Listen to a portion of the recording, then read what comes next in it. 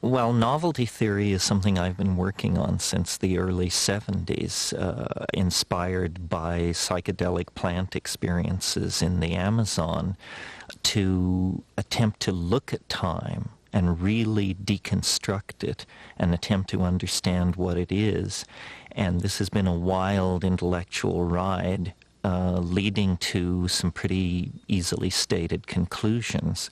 One is that novelty, which is my term for complexity or advanced organization, novelty increases as we approach the present moment. The universe you and I are living in is a far more novel and complicated place than the early universe was. Well, some people would say, well, that's just a consequence of the unfolding of developmental processes. But this asks the question, what are developmental processes? Why should the universe have a preference for order over disorder, especially when we have something called the second law of thermodynamics, which tells us exactly the opposite? Physicists believe the universe is running down ultimately into a state of disorder. But what I see is everywhere the emergence of more and more complex forms, languages, organisms, technologies, always building on the previously achieved levels of complexity. So that was one of my insights. Coming out of that insight was the further understanding that this process of complexification through time is not proceeding at a steady rate. It actually follows a kind of asymptotic curve. In other words, it's happening faster and faster. And this was a revelation to me because it allowed me philosophically to contextualize the human world and to understand that human technologies, languages, migrations, art movements, ideologies are not something different from nature. They're the same download of process that we see in the movement of continents, the evolution of new species of animals, except that these human novel emergent situations are happening much more quickly. So I see the cosmos, if you will, as a kind of novelty-producing engine, a kind of machine which produces complexity in all realms, physical, chemical, social, whatever, and then uses that achieved level of complexity as the platform for further complexity. Well, this explains our present circumstance. It explains the rush toward all forms of new technology and social organization in the new millennium. But you don't have to be a rocket scientist to understand that if the universe is complexifying faster and faster, a epoch, a time will come when this rate of complexification is occurring so rapidly that it will become itself the overwhelming phenomena in the world of three-dimensional space and time. And I call this the omega point, or the transcendental object at the end of history. And I believe it is not that far off, that with the emergence of global internet, a human population of several billions, an electronic noosphere, that we are now within the shadow of this transcendental object at the end of time. Our religions sense it. That's what gives them their apocalyptic intuitions. And I think the ordinary man and woman in the street sense a kind of built-in acceleration to time itself.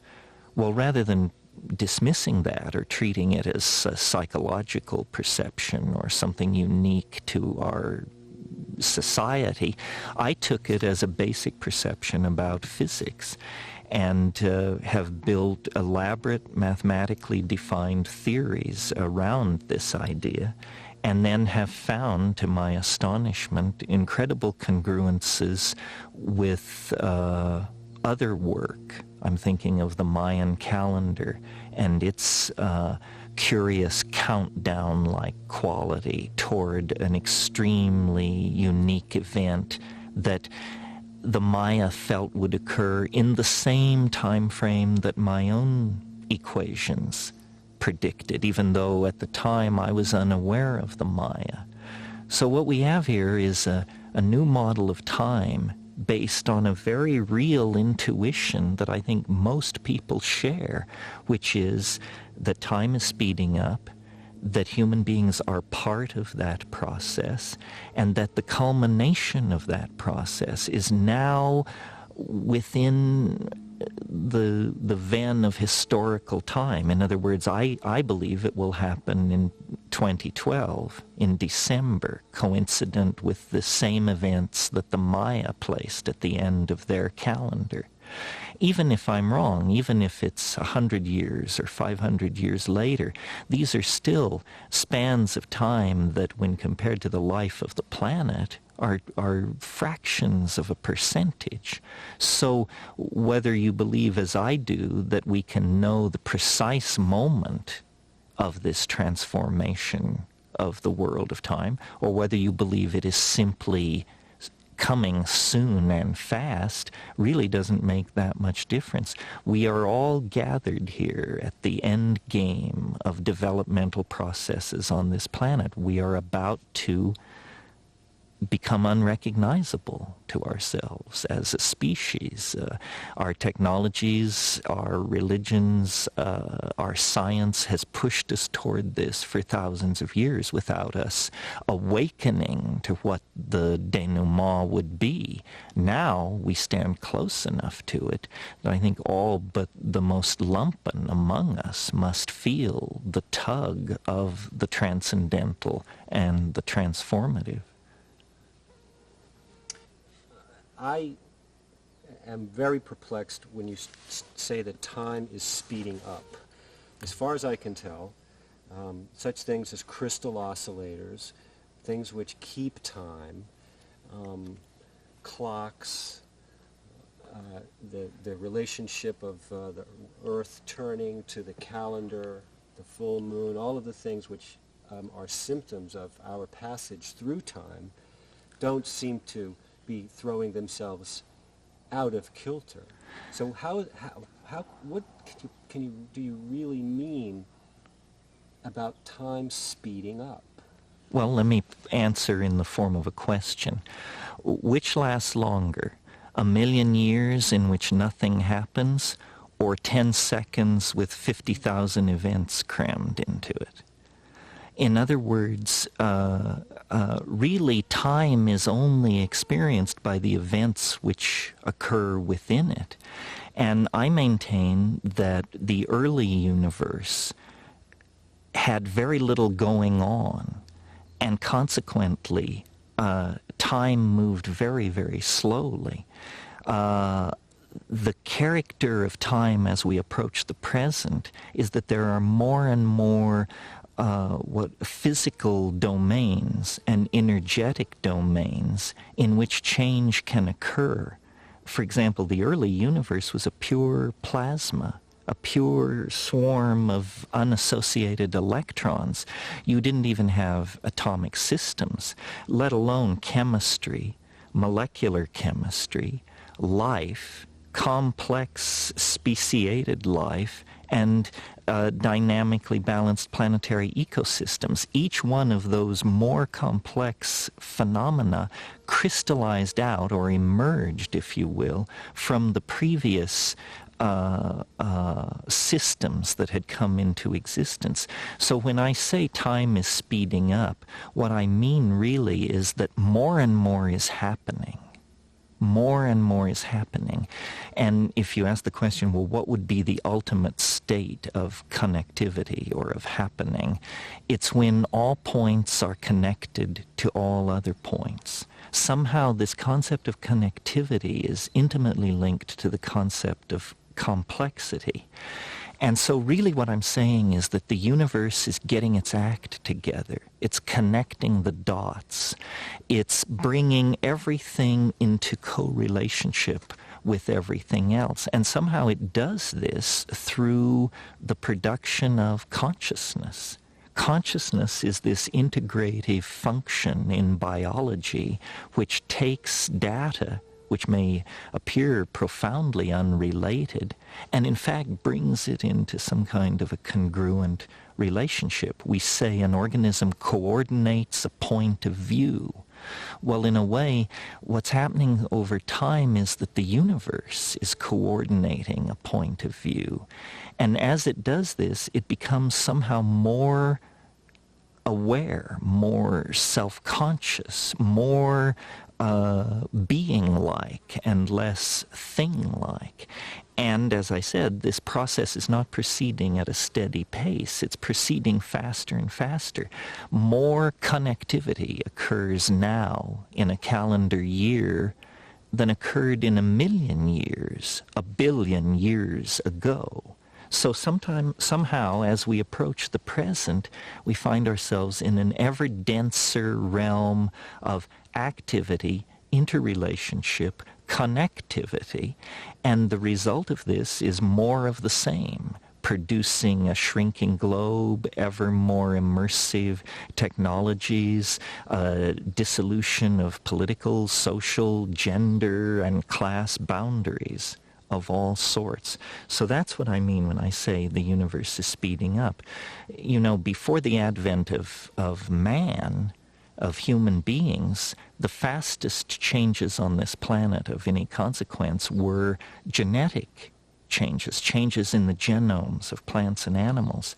Well, biologists know that for a fruit fly to add a spur to its leg, for a bird to change its plumage, you need hundreds of thousands, sometimes millions of years of evolutionary time. With the advent of human beings using spoken language, a new kind of possibility was born. It's called epigenetic change. In other words, change which is not about genes, but which is about languages, customs, behaviors of human beings. Epigenetic change reaches its dramatic culmination in speech, writing, and communication of all sorts. And so the carriers of epigenetic change, the human beings, are automatically then the carriers of accelerated novelty.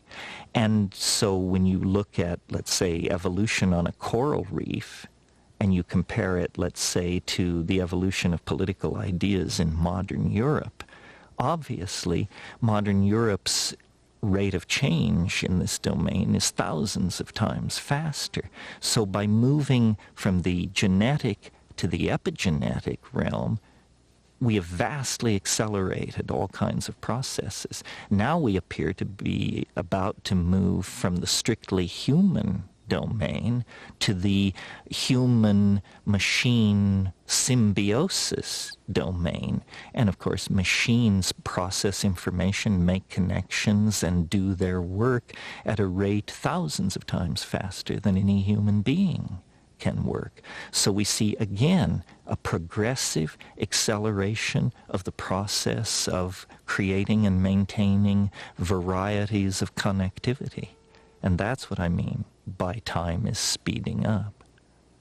Your description of the process by which you develop the time wave theory. I understand, I read True Hallucination, so I understand it took you some years to kind of work it all out.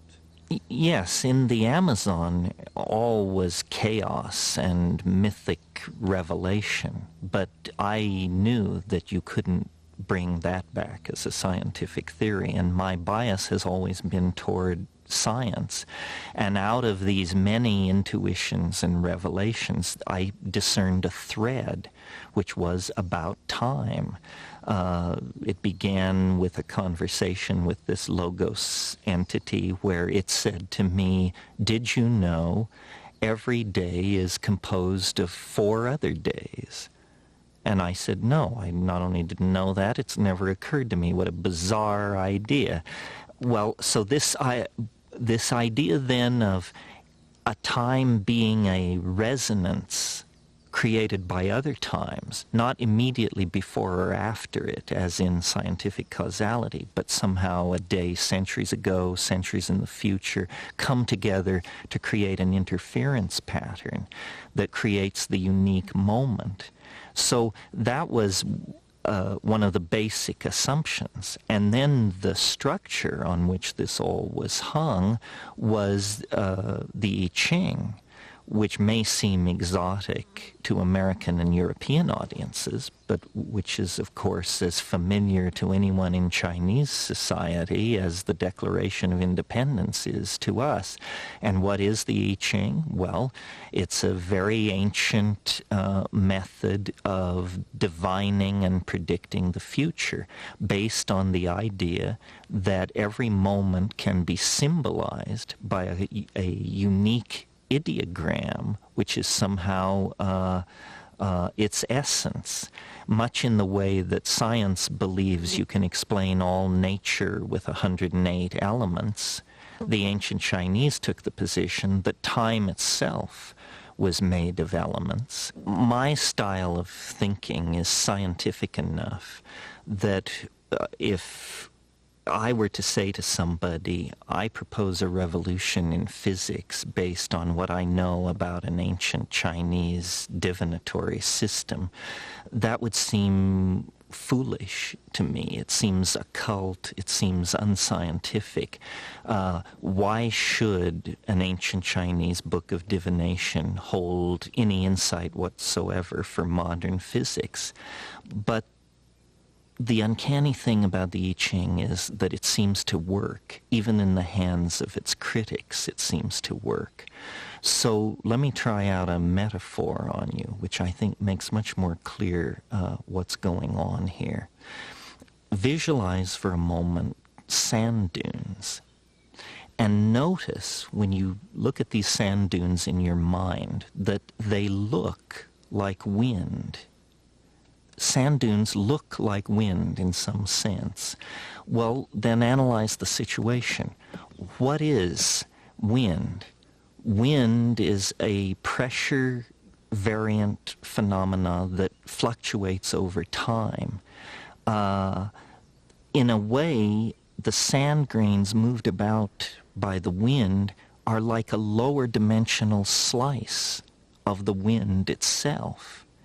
And from photographic analysis of dunes, you can calculate the speed and duration of the wind that made them.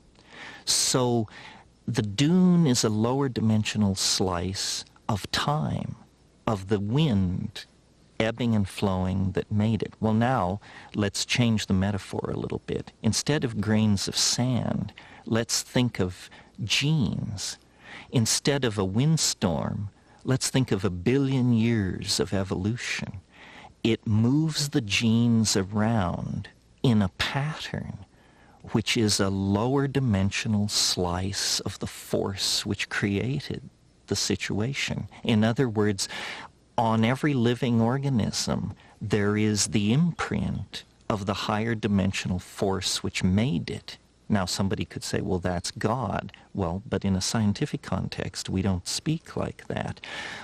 But whatever it is that made blind matter into whales, squirrels, and human beings, it left its calling card inside each human being, each squirrel, each whale. That's the DNA. Well, the DNA codons are based on a system of 64. Exactly like the I Ching. So my belief is that some group of people thousands of years ago looked into human organism, looked by meditative techniques into the center of their own beings, and they were not mystics, nor were they empiricists. They were simply curious. But at the center of the meditative experience, they saw an ebb and flow, an energy field that was in a constant state of flux. And they asked themselves, how many elements are necessary to describe this energy field? And the answer was more than 10, less than 1,000, more than 20, less than 500. And when they finally got it worked out, lo and behold, 64 situations are all the possible potential situations there are. Out of 64 subtypes of time, you can create everything from the coronation of Queen Mary to the resignation of Madonna out of 64 types of time. So really, what the I Ching is not a book of Chinese mysticism.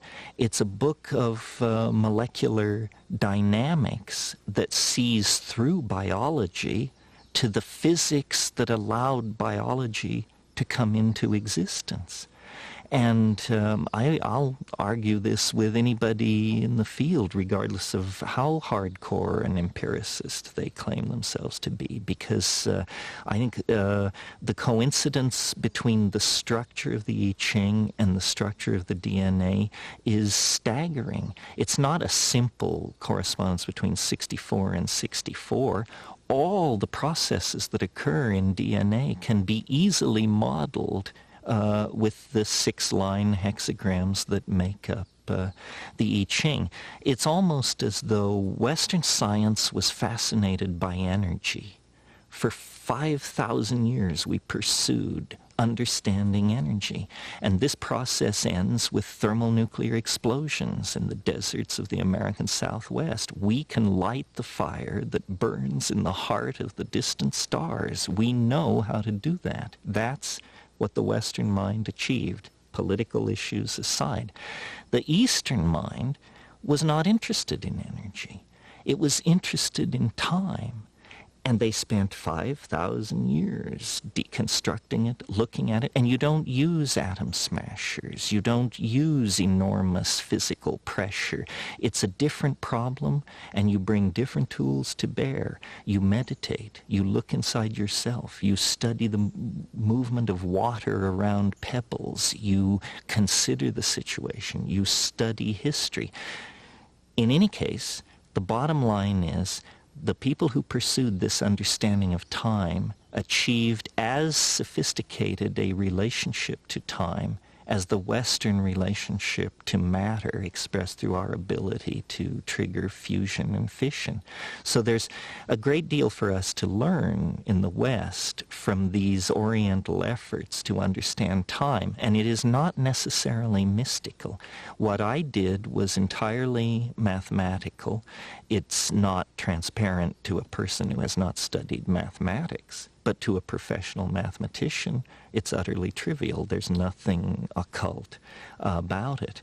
And I think true understanding can be communicated and formally described with mathematics. And that's what we have here. We're on the brink of a fusion of Western science with quote-unquote Eastern mysticism. Nothing mystical about it except that we call it mysticism. But the fusion of these two viewpoints is going to give us a complete understanding of the universe of space-time, matter, and energy. I want to go to this stuff about the strange attractor at the end of history. Right. I never ever, considered that notion that we are being pulled as opposed to simply just going on forever and ever. And that's for sure something that people are going to go, huh? Well, in the 19th century, if you spoke of nature having a purpose, you were thought to be anti-evolution.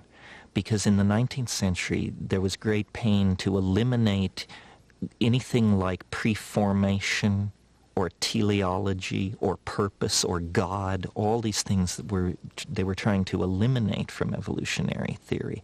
And until very recently in scientific thought, the idea has been that events are pushed by the causal necessity embedded in the events which preceded them. In other words, if you ask the question, what is the most important event in terms of, or moment in terms of shaping this moment, the answer would be the moment just before this moment, because it hands on the energy, the space, the time. Recently, mathematicians have evolved what they call the notion of attractors, or strange attractors in some cases. And these are processes where a dynamic is not pushed by causal necessity from behind, but it's pulled by a point in the future. You could almost say, for example, if you release a ball bearing up near the rim of a bowl, that its attractor is the bottom of the bowl. And the ball bearing will roll down to the bottom, then halfway up the side, then up the side in shorter and shorter cycles until it finally comes to rest in the exact bottom of the bowl. Well, from the point of view of the new mathematics, the bottom of the bowl is a basin of attraction, and the ball bearing has fallen under its influence. So I have always doubted that evolutionary theory without purpose, without teleology, could produce as complex a world as we see around us in as short a time, 5 billion years, as the life of the Earth. It seemed more as though these processes were not just wandering across a flat genetic landscape. They were the process of biological evolution was actually being channeled between high walls. In other words, it could move. It had some motion this way, some this, but its forward direction was inevitable. And this is the idea of an attractor, that what the universe is doing is it is under the sway of what I call the transcendental object at the end of time. And that is this domain of hyperconnectivity, that it would be perfect novelty. And all nature aspires for this state of perfect novelty. You could almost say that nature abhors habit, and so it seeks the novel by producing various kinds of phenomena at every level in biology, chemistry, and society. And so there really is a purpose to the universe. Its purpose is this state of hypercomplexification in which all of its points become related to each other, become what mathematicians call cotangent. And it gives the universe the feeling of being imbued with a caring presence. It makes it appear as though nature is tending toward something, and it changes our own ethical and moral position in the universe. Because, science tells us that we're the products of a cosmic accident. We're at the edge of an ordinary galaxy in an ordinary star system, and we're damn lucky to be here. And that's it. That's our place, a very existential notion of our place in the cosmos. But if you take this other point of view, that process is under the influence of an attractor, and that the value the attractor is maximizing is novelty, then suddenly, for the first time in 500 years, human beings are moved back to the center of the stage, because we are the most novel thing on this planet. We are everything biology is, plus technology, language, politics, philosophy, art, so forth and so on. So suddenly human beings become important, not mere cosmic witnesses to a meaningless cosmos, but the cutting edge of a cosmos that glories in order and is moving toward higher states of order. And at the present moment, we are the carriers. Once it was the volcanic processes that shaped this planet. Once it was the life of the early oceans. Once it was the great dinosaurs. But today, humanity represents the cutting edge of complexity and this process of moving toward complexification. So without invoking God or any sort of myth, you give meaning to human life. What is man's purpose? To advance and preserve novelty. This is an ethical position. It means you don't replace rainforests with pastures. You don't censor books. You don't lean on people who make gender choices different from yours. No, the purpose of being a human is to complexify reality even more, to hand on a more diverse, more complicated, more multifaceted universe to our children. And when this process of complexification reaches the omega point, it will fulfill, I believe, the expectations of all of these religions, but it will fulfill it in a mature, scientific, and universal way that these religions all lack, because they all reflect their parochial origins. It's certainly true. It's certainly true that we see a limited slice of reality. And your example from Flatland, yes, anything which moves as a gradient through time, we will not discern very carefully. I mean, for instance, this is why we have the science of economics, because it keeps track of the behavior of markets, which is something you can't see or feel, but which has become very important to human institutions. It's a fourth dimensional factor that we need to coordinate into our planning. So we've created an entire science to study the movement and behavior of markets. One of the things, I'm always trying to visualize what the concrescence would be like, even though I know that in principle it's probably not possible to imagine it. But several factors are on the horizon which I think can be brought together to sort of get a picture of what we're headed toward. One is, for some time now, we've been involved in building complex prostheses, which we call machines and computers. They are part of us. We don't perceive them as part of us because we identify with the flesh and exteriorize the fabricated metal. But in fact, they are a part of us as much as our political systems, our agriculture production systems, so forth and so on. So the animal body has reached the limits of its evolutionary abilities. A cheetah can run 75 miles an hour, an elephant can lift 3 tons, and so forth and so on. To go beyond those capacities of the animal body, you have to make a marriage with mechanical things. So we are extending ourselves through the machines. Well, one of the things that these machines do is they're time compressors. You and I sitting here talking are operating at about 100 hertz. If we could be magically downloaded into a top-of-the-line computer, we would run at 800 megahertz. That means we could do 800 million more things in this moment than we can do when we're wearing flesh.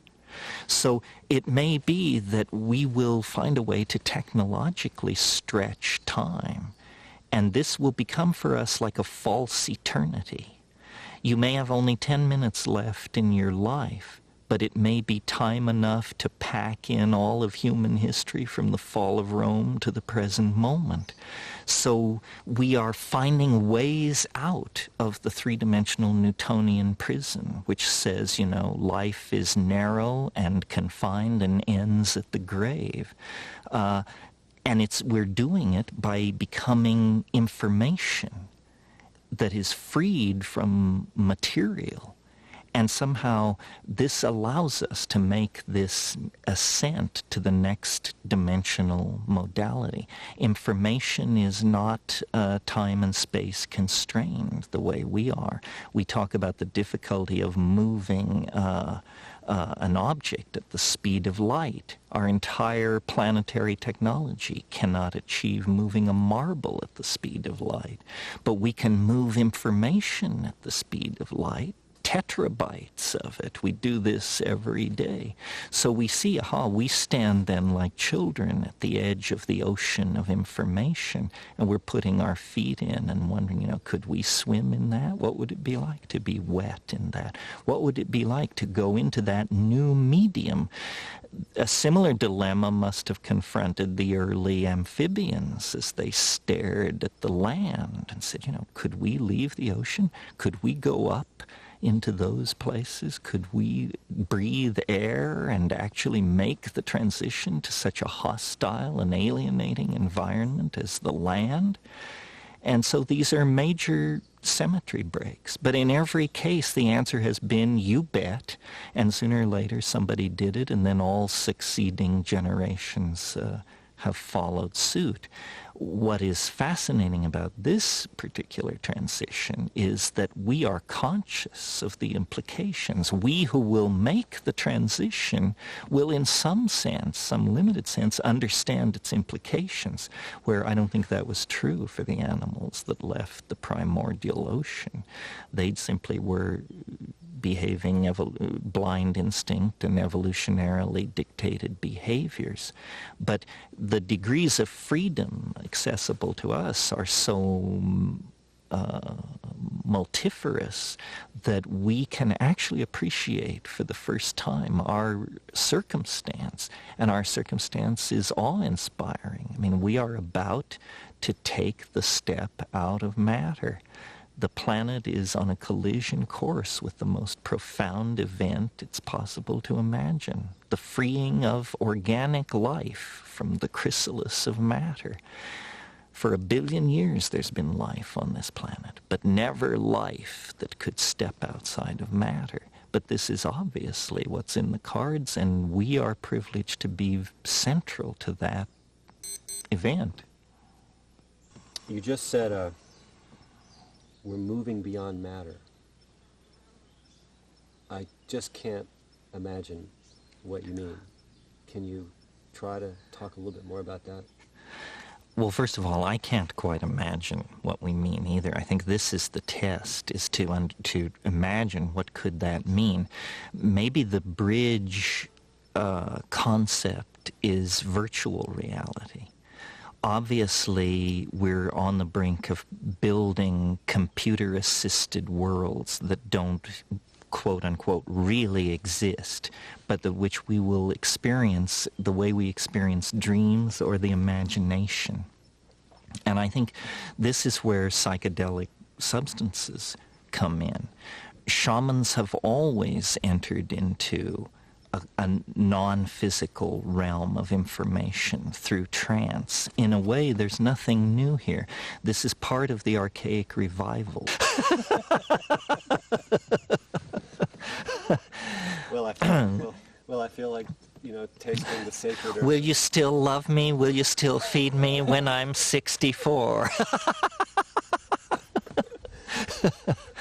Are we rolling?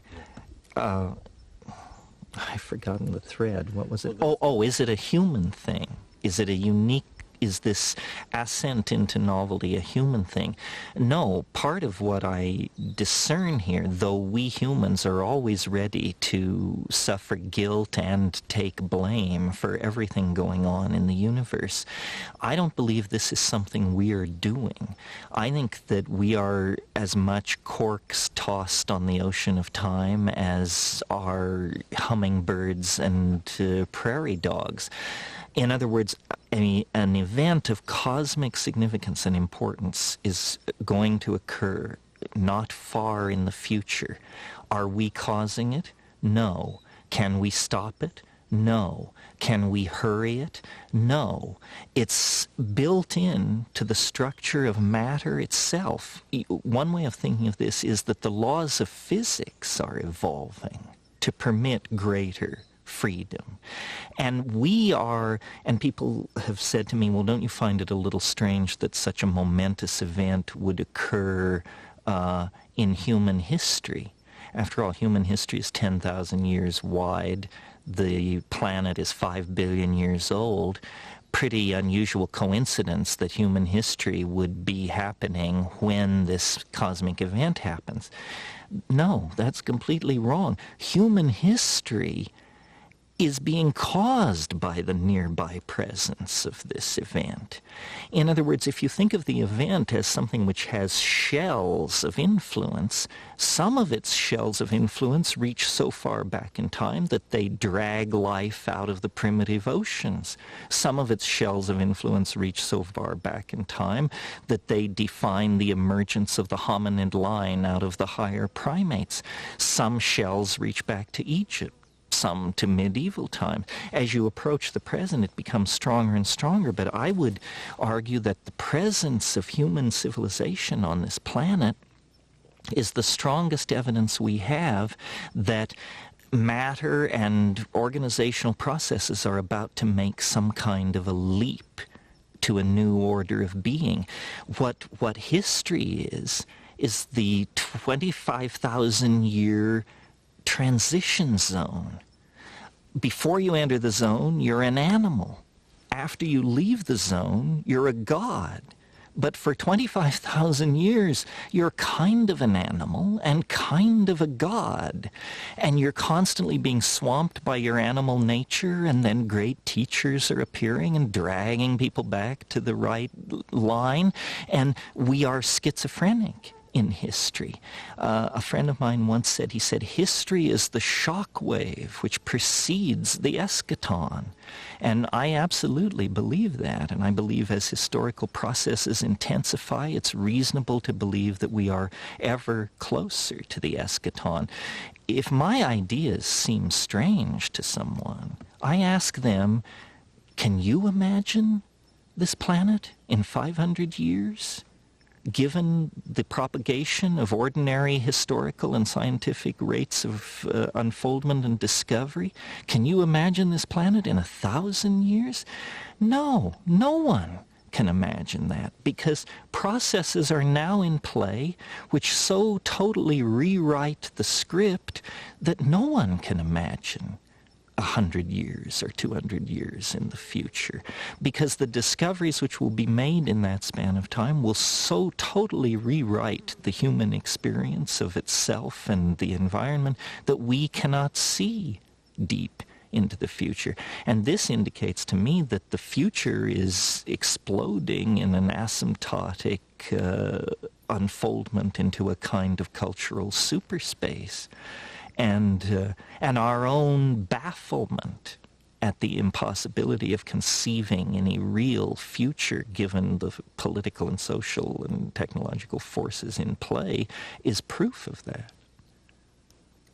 Before we go farther, I'd like you to attempt to give me a definition of concrescence and eschaton. Well, let's go backward. Eschaton first. Eschaton is a good word out of theology. It simply means the last thing. The last thing is the eschaton, and it is everything become one thing. For theologians, it's God. For somebody of a more materialist bent, it might be something else. But the eschaton is the last thing. Eschatology is the study of the time of the last thing. Now, what was the other word? Concrescence. Concrescence. This is a little trickier concept. I took it from Alfred North Whitehead. Concrescence is the idea of something that grows together. It concresces. It becomes more dense, more connected, more defined in space and time. And when I talk about the transcendental object at the end of time, or the coming of the eschaton, or hyper-novelty, I mean that the process of the human and biological concrescence of intent reaches some kind of maximum. Concrescence is the end of the process of becoming. Becoming is not true being. True being exists at the concrescence. The kind of being we experience, becoming, is a partial state of being, much like history is a partial state of concrescence. History definitely places us outside the world of biological intent, the animal mind, but history does not bring us into the presence of the eschaton. It's a partial process, and concrescence is what waits at the end. The eschaton is the concrescence. But we really can't have any way of knowing what that experience of that is going to be like. No, and the reason why is because asking that question is like asking a man looking east at 2 a.m. to describe the coming sunrise. He can't, because it is literally over the event horizon of the future. And when we look into the future, we see that the east is streaked with rosy dawn, but we cannot conceive of the day that is about to come. All we can see is the dim glow of some kind of eschatological promise. Ask me this question in 2010, and I'll have a different answer. Back to this issue of physics and your description of the two things which are left out of their models. The way that you describe it is so self-evident and simple. The complexification, the further away that you get from the Big Bang, and the fact that everything is, the complexification is speeding up. Would you talk just a little bit about the relationship of those observations to the world of the physicist and their efforts to define reality, and why they're not using, including in their models, these aspects that you're pointing to? The main reason they aren't friendly toward a model... Main physics. Well, the main reason physicists are not friendly to a progressive concrescent model like this is because you would have to give credit to biology for being a stage higher than chemistry, and you would have to give credit to human history as a stage higher than biology. And physicists study physics. If you study physics, there is no biology. You don't have to deal with issues of biology when you study physics. I mean, there is something called biophysics, but it's not well received in physics or biology. So physicists tend to discount biology. Even though life on this planet is 4.83 billion years old, physicists just discount it. They call it an epiphenomenon. Well, then when you talk to sociologists, they give no credit to physics. Science has compartmentalized nature in order to analyze it, and there is no theory of nature as such. And that's really what I'm offering. I'm offering a theory which covers physics, chemistry, geology, biology, sociology, linguistics, the whole thing. In other words, not saying man is some special category, not saying that we need artificial divisions, but that over the entire domain of known phenomena, this tendency to complexify through time, A, and B, faster and faster, can be discerned. We need a theory of everything. Physics talks about theories of everything, but none of these theories of everything address biology, let alone sociology, linguistics, and the phenomenon of human beings. Well, the archaic revival. There is a way of looking at the entire 20th century, beginning with Pablo Picasso bringing masks back from Africa and showing them around in French cafes in 1915, beginning with Freud's discovery of the unconscious, and Jung's elaboration of those discoveries. And then every phenomenon of major importance that you care to mention in the 20th century, fascism, abstract expressionism, rock and roll, sexual permissiveness, psychedelic drug taking, rave culture, body piercing, jazz, the list is endless. What do all these things have in common? They are reversions to archaic behaviors. They represent rejections of the Edwardian gentleman with his white man's burden, and represent instead a realization that for us to survive and live with ourselves, we have to re-empower archaic values. As the century unfolded, the understanding of what this re-empowering of archaic values might mean has changed.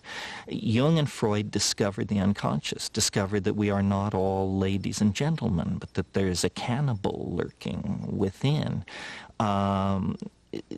Albert Hoffman's discovery of LSD demonstrated that that inner wilderness is accessible to most people through chemistry. Well, then still later, it was understood that the key ingredient in active shamanism is psychedelic plants, psychedelic experiences. And in a way, that closed the loop between the impulse toward the archaic and the impulses of modern science and modern medicine. The key is the psychedelic experience. That's what makes the shaman a shaman. That's what made the archaic in fact archaic. And so people like Freud and Jung and the surrealists and the Dadaists and the abstract expressionists, all of these people were very close to the mark. The shaman is the paradigmatic figure, and the psychedelic experience seems to be the anticipatory experience of this eschaton that we're headed toward. You know, when psychedelics were first being discussed, it was thought that they would prepare people for death. In a sense, they probably do. But in the same way that they prepare people for death, they prepare people for transformation. It gets you used to the idea that the world is not what it appears to be, and it gets you used to the idea that the world is somehow animate, intelligent, and proceeding along its own agenda. So in a way, shamans have always been anticipations of some future state of mankind. They're the masters of language. They are the ones who are telepathic with the animals. They are the ones who can see into the future. So this archaic nostalgia gets real focus once you realize that it is the shaman and his or her shamanic techniques that confers on them the extra historical dimension. That is how you get out of linear history. That's how you visit the realm of the ancestors. That's how you travel into the future. That's how you break up the tyranny of Newtonian serial time. We have 14 years until this event, measured on the calendar.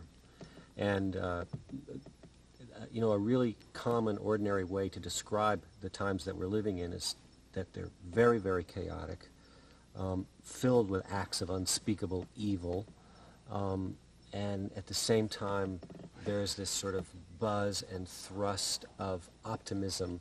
Everything from a guy like Peter Schwartz talking about the long wave, the big booming economy, breakthroughs in you know, educational levels and qualities of life.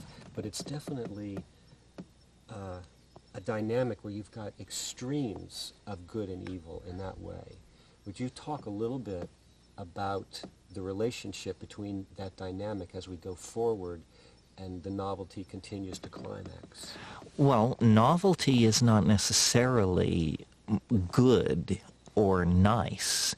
Novelty is complex. That's what it is. And so I see really a concatenation of tendencies and forces here at the end. It's only going to get weirder.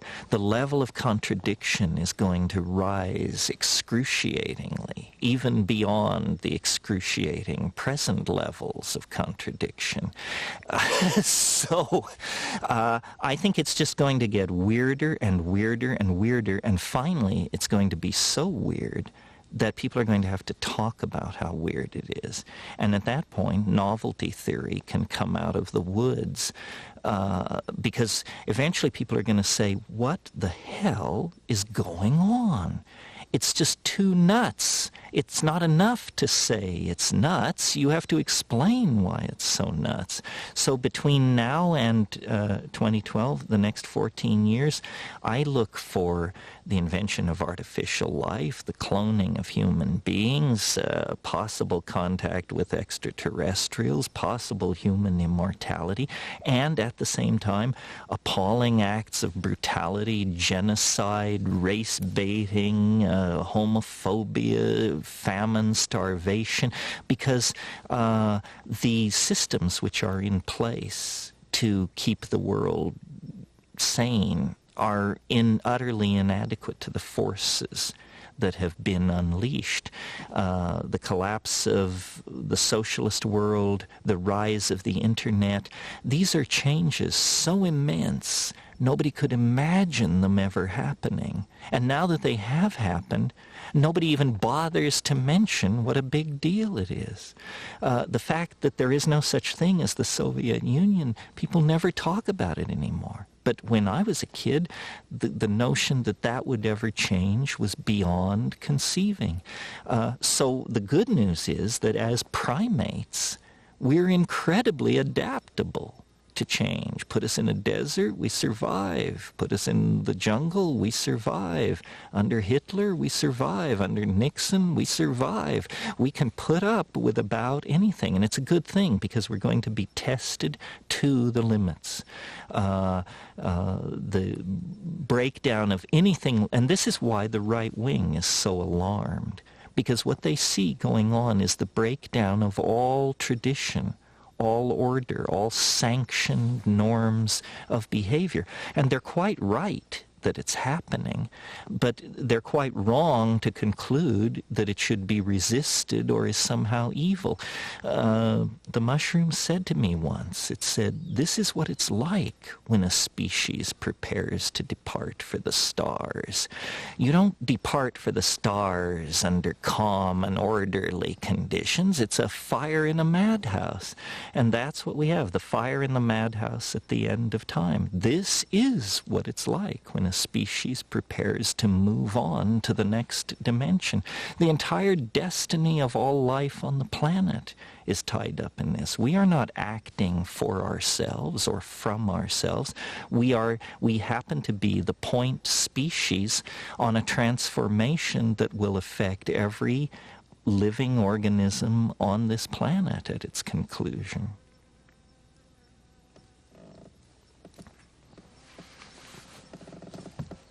Pause for a second. I see how with Jenkins calling it galactic cosmology, it's like our home continues to expand. We've gone from the village to the nation state to the planet. Now we're ready to take on the big picture. So let's just talk about the conclusions of the archaic mind, what it reaches. Well, the great watershed difference between the archaic understanding and what is called scientific materialism is the archaic mind understood, in fact perceived, that nature is conscious. Nature is alive. Nature is an organism full of intent. The goal of the archaic mind is to connect with, communicate with, and align itself to this greater Gaian holism, which is sometimes called nature, the great spirit, the realm of the ancestors. But this is what the archaic mind understood and was comfortable with. And in fact, it is true. Our own decision to view the universe as dead, as inanimate as unintelligent, allowed us, permitted us to dissect it, use it, and deny its validity outside of human purpose. Now the consequences of living like that is coming back to haunt us. You know, we have almost destroyed our home. We have almost cut the earth from beneath our own feet. So this impulse toward the Gailanic and the archaic is a survival instinct. At this point, we must give reverence and credence to nature and nature's methods, because no other methods will allow us to work our way out of the present mess we're in. High temperature, high energy resource extraction, commodification, mega agriculture, we're at the end of the rope for these things. So the archaic holds answers, but it only holds answers if we are willing to think of the universe as a living, intelligent entity with which we are in partnership, not set against, but that in fact we are a part of a morphogenetic intent and an unfolding reality that is larger than human understanding. Imagine larger than human understanding.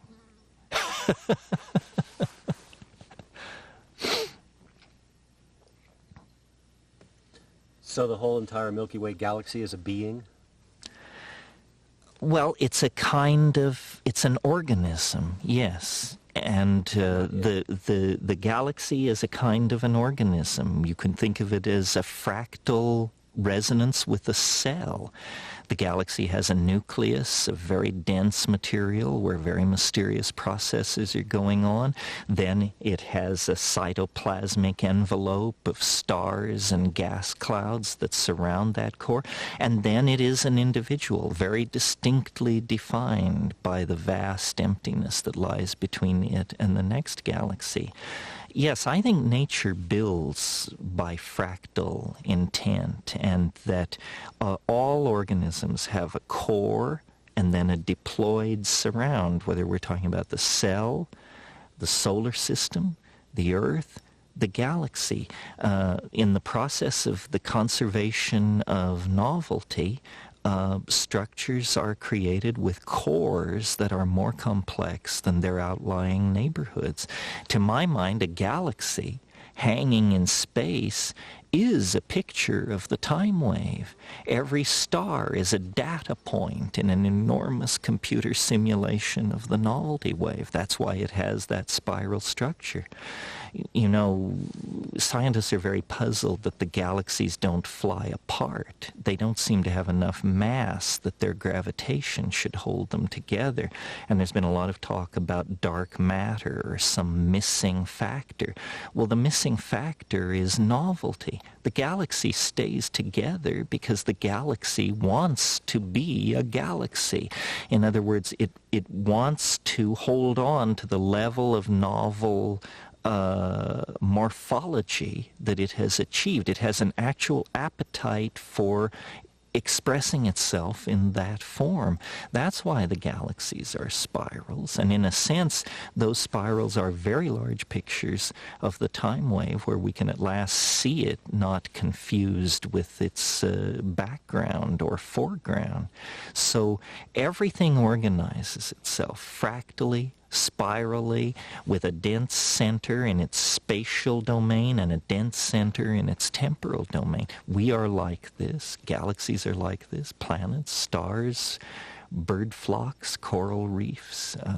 But in the case of the galaxy, it's particularly easy to observe the structure because the thing is so huge that its forces dominate and damp out other forces which might distort it.